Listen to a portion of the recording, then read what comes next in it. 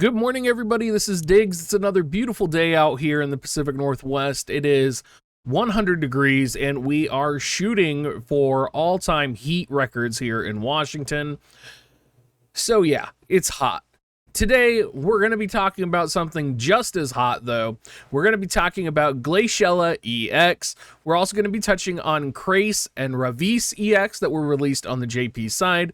We'll also be talking about Typhon and Leviathan 3-star, whether they're worth it or not, and whether you should be planning for them in the future. Let's go ahead and dig in.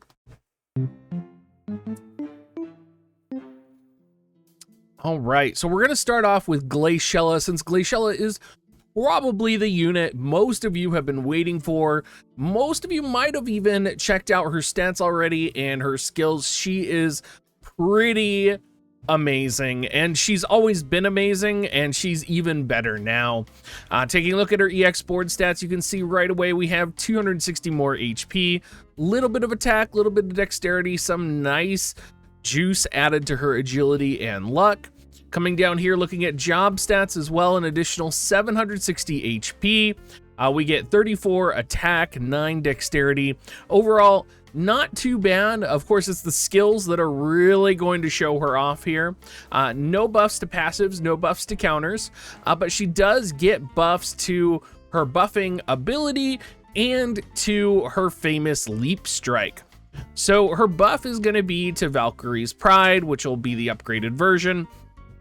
Previously, this gave defense penetration 50 and pierce attack 25, which was a very powerful buff for her, and it's gonna be adding some defensive utility to it now as well. So it's gonna be adding AoE resistance 20% and magic resistance 20%, which is incredible. I personally think to have a buff that gives both magic resistance, AoE resistance, defense penetration 50, and pierce attack 25, that is a crazy buff. And water is already a pretty strong element, especially in global, with our global exclusive VC.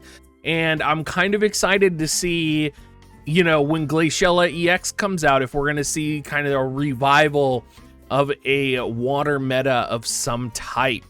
Now, she will be getting an upgrade to Leap Strike Kai as well. Leap Strike, of course, is the ability where she jumps across and nukes your opponent.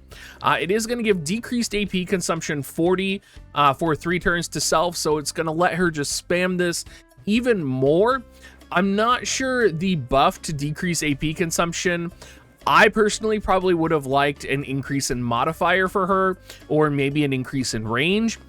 But it's hard to complain about decreased AP consumption because, I mean, it's hard to complain about it, right? Because it's so good in so many ways. And I would have wanted a damage modifier, because most of the time, if I'm running Glaci, I'm probably running bells on her.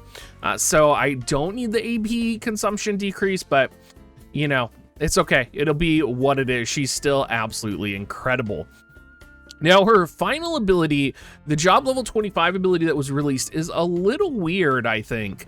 It's a 200% modifier attack with a 25% chance to inflict stun for 1 turn on the target. And the area of effect is almost like a shotgun in front of her.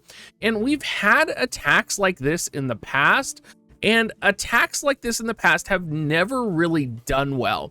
I think the only version of this that has ever really done good is like Killphay's Energy Buster, for example, right? Where it actually has, you know, I think it's 1 more range than this, maybe even 2 more range. And that's kind of the only, I would say, shotgun style attack that has been pretty effective in the game. So I'm not sure we'll be seeing a lot of use out of this. I think we'll probably be seeing a lot of Leap Strike Kai, and then when she's closer to the enemy, she might pop probably her Limit Break, or potentially you'll even want her to use Surefire Burst instead, right? Because not only is it a piercing based attack, it has 100% hit chance, and it's a 200% modifier. So I think most of the time you're going to want that plus 100% hit chance, and that critical hit rate plus 35% for your attack. So I'd say overall, job level 25 ability is iffy, but the rest of the upgrades in her kit I actually think are really good, and I'm excited for the Valkyrie's Pride buff, because I think anytime you add AoE resistance or magic resistance, you're going to make a unit significantly more viable and durable in the world. Let's talk about Raviess. Raviess, one of my favorite MR units, and as much as I love her, I feel like she kind of came to the game late, and she never really had like a moment to shine, kind of like how some of the MR units had moments to shine for me. She has really good evasion, she has really good tanking capabilities, but she just has never really gotten out there, and I've kind of hoped that we would get some, you know, maybe utility out of her with her EX form. You know, yes, she's shined in some PvE environments, especially in tower for me, but I would want her to kind of bolster herself a little bit more. Taking a look at her EX buffs here, we do have some HP up. We do also have some luck up. You can see down here we have attack plus 5, HP 260, another 4 defense, another 2 agility, and 17 luck. Taking a look at her job stats, we got another 740 HP and 36 attack, along with 12 dexterity and another 13 luck. So we are continuing to play on kind of Raviess as a whole here, being somewhat evasive, somewhat powerful tanking character. HP 4,218 is pretty nice. Critical hit rate of 17, some nice resistances here, but she is 20% weak to magic, which is something to keep in mind. Taking a look at her skill set here, she did get a buff to Paladin's Blessing. Now, Paladin's Blessing is one of those things that you are most likely going to be setting all the time with Raviess. It's HP up 12%, defense up 12%, and the upgrade is very similar to what we've seen with a lot of the other EX units, where they do get, you know, a native chance of being targeted added to their passives. Really excited for this. I think this should just be in almost every single tank's kit. I actually think, you know, the enmity system in the game could be reworked a certain way. So I am happy to see this in her kit. Taking a look at what else she got, it's kind of a letdown as well. Saint's Cross has never been an attack that I feel like has seen use, and it's never been an attack that's been feared or utilized. Usually my character's using Blade Bash, or they're using something from one of their subs like Taunting Blade, or, you know, maybe we're going to use Confusion Dagger with Sub Thief, or particularly since she's Sub Samurai, you know, we might be using Congo, we might be using Hien, right? Like, those are much better bread and butter attacks than Saint's Cross. And I just don't, I've never really had a moment where I'm like, oh yeah, like this is the attack I'm going to use and rely on. The buff though is going to give a 25% chance to inflict blind for 3 turns on the target, and it's going to increase evasion 30. So as a buff to an ability, it adds some interesting things to her, because it does give her both evasion, it inflicts blind on the opponent, and it's kind of maintaining the damage. It is 40 AP though, which is quite significant. It would be fun to play with. Maybe it would find a use in class match or live PvP. Right now, though, I am kind of holding my breath on this. I wish we had gotten maybe a little bit more of a fun upgrade for Raviess to mess around with. I'd have to get out there, and it feels like her kit isn't coming together fully with this ability. Confusion Blade is her job level 25. It's a 170% modifier with a 25% chance to inflict confusion for 3 turns to target, and it will decrease AP 5 to 20x for target. I think whenever you have an ability that gives confusion, it's always an ability that's pretty relevant, especially since a lot of units either neglect confusion resistance nowadays, or are more worried about maybe Berserk or one of the other status ailments like Stop that are out there. So I think confusion is always relevant. Decrease AP, again, pretty good. I'm not sure how relevant this will be in the world that we're in. Even Frostbite that just came out recently, I still am like, you know, even when I experienced Frostbite from the 3-star Esper battle, I was kind of like, well, this is a little underwhelming, right? So I'm just kind of, you know, decrease AP, I just kind of think about now. But overall, a little bit disappointed in Raviess's kit. Creysse, on the other hand, though, has some very interesting new game mechanics on her kit, actually, which I think is fascinating.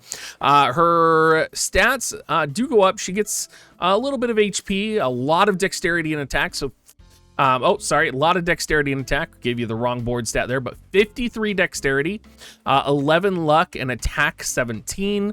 Coming down to her job stats, 420 HP, another 36 attack, 18 dexterity. I mean, she's just getting a whole lot of damage added onto her. Taking a look at her kit here, she does get a buff to Spiritual Unity, which is range +2 and decreases evasion for self, and it is going to give her critical hit rate +15. Keep in mind, from her primary kit, she does have 30% critical hit rate, so if you have this set, it would be a native 45% critical hit rate with her, which is very important with what we're going to be talking about down here in terms of her abilities. The upgrade that she got was to double shot, and of course double shot, one of the most viable abilities in the game for gunners, and the upgrade increases the critical damage 25 for self.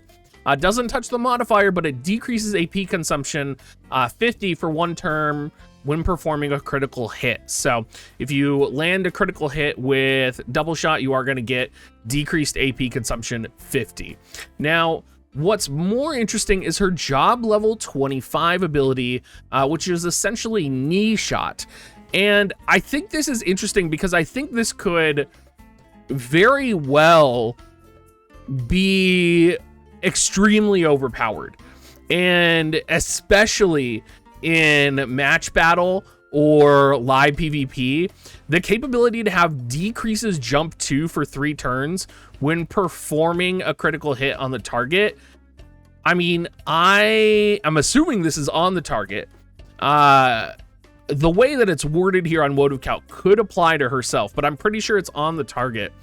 If you could decrease jump 2 on an opponent who has no jump up, all you literally have to do is stand on like range height 2 and they won't be able to hit you. So there's so, like, maybe if they had a spell they could hit you, but there just seems like so much they could do, or a player could do, to manipulate and take advantage of this knee shot ability, that I'm just like, oh man, this is powerful. And I think this is potentially something that might get nerfed. I would really want to see kind of what Daniel Boone thinks, Prodigy thinks, and kind of the rest of the live PvP community about this ability, because I think this is, in my book, extremely powerful. And you can see it has 5 range with a range height of 1, so you could literally shoot your opponent if you're on an elevated ground and they're on ground below you.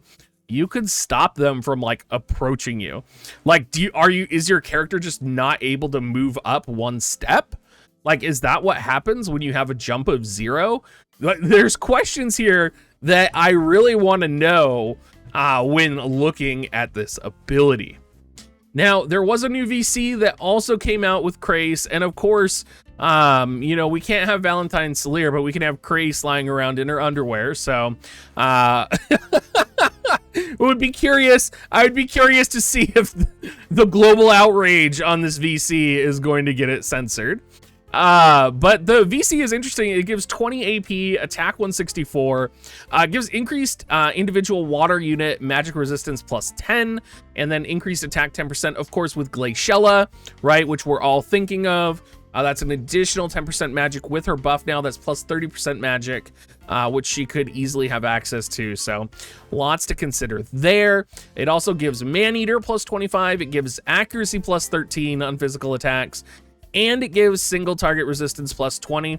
So mixing this together with like the global exclusive VCs that came out, I just see this being like a nightmare of a VC. And you know, it'll be interesting to see what's coming out here in the future. And I'm trying to figure out what's going on in this picture here, because it looks like Creysse is levitating a gun. So I'm not sure if she just like crafted it or what's going on, but the gun is floating in the air And Lucia is very interested. So I don't know. I am not sure what's going on. Maybe if I translate it, it says specialty care. Okay, well, that translation doesn't help me very much. We do also have Typhon and Leviathan to go over for their 3-star forms. Typhon gets confusion resistance, or sorry, blind resistance, and he does get slash attack. So of course we're thinking, you know, with Typhon, it just makes him more viable with Howlet. Pizza has just subscribed to me on YouTube, man, much appreciated. I always forget to turn my alert box off when I am recording. Typhon is also going to get increased critical hit rate. So lots going on here. Really excited for this. There's also another wind archer unit, but again, you're not going to be using that with him. Sorry, I don't know why my mind just went to the wind archer unit with Typhon. Like, I'm pretty sure there's no JP wind units that were added that are magic. Let's go take a look real quick, because I'm pretty sure. Oh, I guess we have Gargus, right? Oh, and we have the new Spellblade. Okay, we have the new Samurai Spellblade and we have Gargus. So the new Samurai Spellblade will definitely benefit from 3-star Titans. So can't believe I forgot about him. But yeah, probably best in slot for him. Leviathan got increased Pierce attack. Of course, this is going to be for Glaciella. Pretty nice that Leviathan has confusion resistance on his board already. He also gets paralysis resistance. One thing I'm curious about, and I'm pretty sure it's not, is I'm wondering how you would get stun resistance, because I'm pretty sure paralysis resistance is not stun resistance. So I'm wondering, because Glaciella's ability is a stun ability, and this is something I've been working on recently, is I've wanted to test how you can actually stop yourself from getting stunned, if it is the same resistance or if stun is actually a separate resistance to be looking at, because I think they are separate. Either way, critical damage increase is going to be wonderful, whether, you know, you want to put this on Creysse for the water attack and critical damage up, or you just want to put this on Glaciella for her crits. I mean, it's going to be good no matter what. Kind of the espers are not what's exciting here. There was one more piece of gear that came out, the Tourmaline Ring, and a lot of people were excited for this. I'm a little like, I don't know what to think about this piece of gear, because I'm not sure if it's translated incorrectly or what the conversion is from dex to damage fully. Right, because the ability gives increased jump 1 for 1 turn to self and increased dex 20% for self. I could get excited for like a permanent +1 jump ring on a character, but it's weird to me that the translation here says for 1 turn, and I'm wondering if it really is for 1 turn. Like, it could have some like PvP implications for like specific maps, but having jump for 1 turn is just weird, right? And then it has increased dex 20% for self, and you know, that's not bad, especially since it already has agility and accuracy. I imagine most people would go for the aim version here. Maybe they go for the barrier, but either way, they'll go for aim or barrier.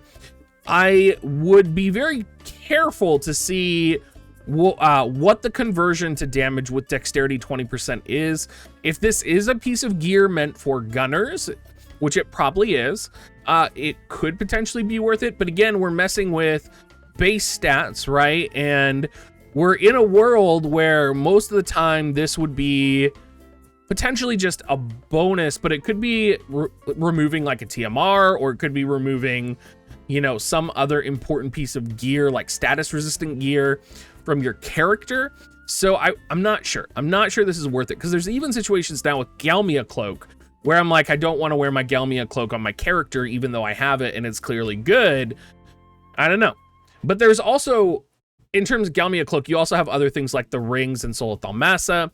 And specifically in regards to this, you would probably be weighing Water Ring versus this accessory if you're putting it on like Creysse, or you're putting it on kind of one of your other dexterity. Is there another water gunner? There's Winter Victoria is a sniper. So you would kind of be weighing that water attack up from the water ring, or not the water attack up, but the actual attack up on the ring from the water ring versus dexterity 20%. And I'm wondering if it'll come out pretty close, because if you consider +80 attack is gosh, if a unit has a base attack of like 400, that's almost plus 20% of their attack. So I'm not sure. I definitely am interested in seeing like the tables built out for the dex plus 20% and kind of what character is going to be worth it to have this ring on. I think there'll be specific characters that this ring will be best in slot on, and other characters will just be like, yeah,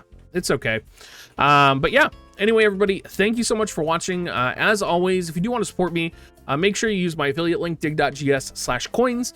And as always, everybody, have a great rest of your day.